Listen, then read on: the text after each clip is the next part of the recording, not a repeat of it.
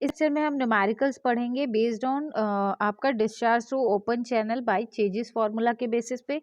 Chassis का जो formula था उसको आपको यूज करना है न्यूमेरिकल्स को रिजॉल्व करने के लिए।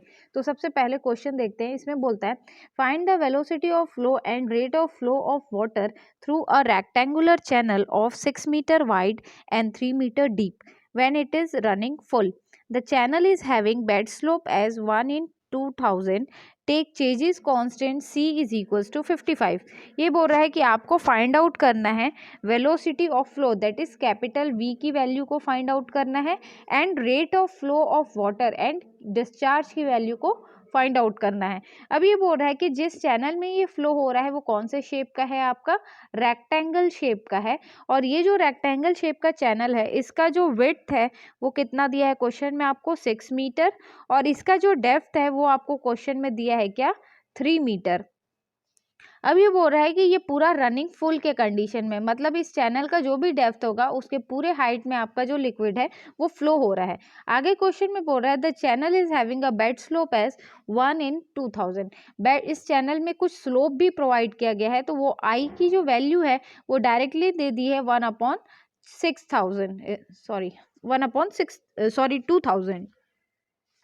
आगे बोल रहा है आपको जो चेजिस कांस्टेंट c है उसका वैल्यू कितना लेना है 55 लेना है। तो सबसे पहले हम नोट कर लेते हैं फॉर्मूला। तो चेजिस फॉर्मूला जो हमको v फाइंड आउट करना है वो क्या है c√/mi, ये हमारा फॉर्मूला है। तो अब हम देखते हैं कि हमारे पास क्या क्या वैल्यू ऑलरेडी है। तो c की वैल्यू हम डायरेक्ट पुट करेंगे दैट इज 55। m होता है आपका हाइड्रोलिक मीन डेप्थ, इसका फॉर्मूला होता है m is equals to a by p where a is the area of cross section. Area of rectangle क्या होगा b इंटू डी। b की वैल्यू 6 दी है, d की वैल्यू 3 दी है, तो वहां से उसकी वैल्यू निकल जाएगी। Upon wetted perimeter. Wetted perimeter का मतलब होता है कि कितना भाग पानी के कांटेक्ट में है। अब ये रेक्टेंगल चैनल है और इसके पूरे हाइट में आपका लिक्विड जो है वो फ्लो हो रहा है। तो ये जो है ये वाला साइड पानी के कांटेक्ट में है, ये पानी के कांटेक्ट में और ये पानी के कांटेक्ट में है। क्योंकि ये ओपन चैनल है इसलिए हम ये टॉप सरफेस को कंसिडर नहीं करेंगे। तो ये क्या हो गया, ये डी हो गया, ये डी हो गया, और ये आपका क्या हो गया बी हो गया। तो वेटेड पेरीमीटर क्या होगा आपका P is equals to b plus 2D। तो B और D की वैल्यू क्वेश्चन में गिवन है, वहां से आपका P निकल जाएगा। अब ये वैल्यू और I का वैल्यू आपको डायरेक्टली क्वेश्चन में गिवन है, तो आपका V का वैल्यू निकल जाएगा। सेकेंड है आपका Q।